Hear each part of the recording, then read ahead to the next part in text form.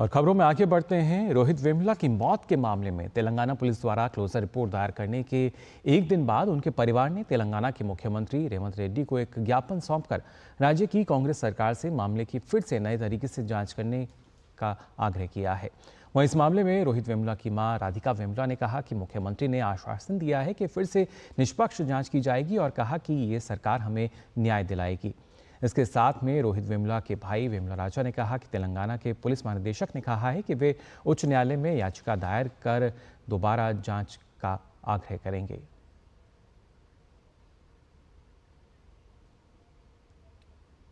और इस पर और ज़्यादा जानकारी के लिए हमारे साथ सुप्रशांति जो है वो हैदराबाद से जुड़ चुके हैं। जानना चाहेंगे किस तरीके से, क्योंकि 8 साल बाद क्लोजर रिपोर्ट जो है वो तेलंगाना पुलिस लगाती है इस पूरे मामले में, लेकिन उसके बाद फिर से सरकार ये कहती है कि हम और दूसरे तरीके से जांच कराएंगे। और अब से पहले हमने देखा था किस तरीके से इस पूरे मामले पर जो राजनीति है वो राहुल गांधी करते नजर आए थे।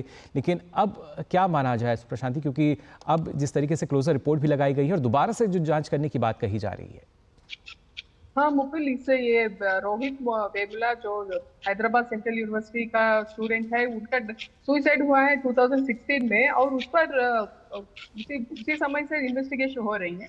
और इस पर तेलंगाना पुलिस ने कल स्टेट हाई कोर्ट में एफिडेविट डाला है कि इसमें कुछ एविडेंसेस नहीं है और जो अभियुक्तियों है उनको क्लीन चिट दिया है। लेकिन इस मामला ने इट टुक डिफरेंट टर्न और इस पर है हैदराबाद सेंट्रल यूनिवर्सिटी स्टूडेंट्स कल रात यूनिवर्सिटी में बहुत बड़ा नंबर में उधर जमा हो गया और they raised protest against state police and they demanded that the investigation be continue.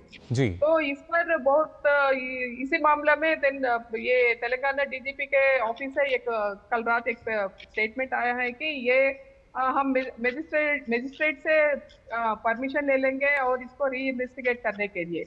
और इसी के बीच में ये क्या हुआ है कि रोहित वेमुला का मदर राधिका सुबह आज चीफ मिनिस्टर रेवंत रेड्डी से मिली है और वो कहा कि ये क्लोजर रिपोर्ट कैसे दे सकते हैं और ये इन्वेस्टिगेशन होना चाहिए।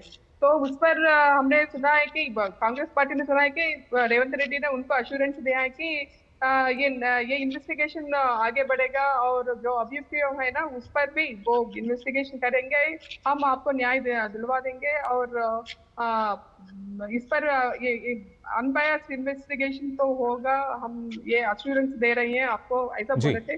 और इस पर उनका चलिए बिल्कुल, बहुत बहुत शुक्रिया आपका इस पर अपनी जानकारी देने के लिए। तो एक बार फिर से जो मामला है यहाँ उभरता हुआ नजर आ रहा है 8 साल बाद भी।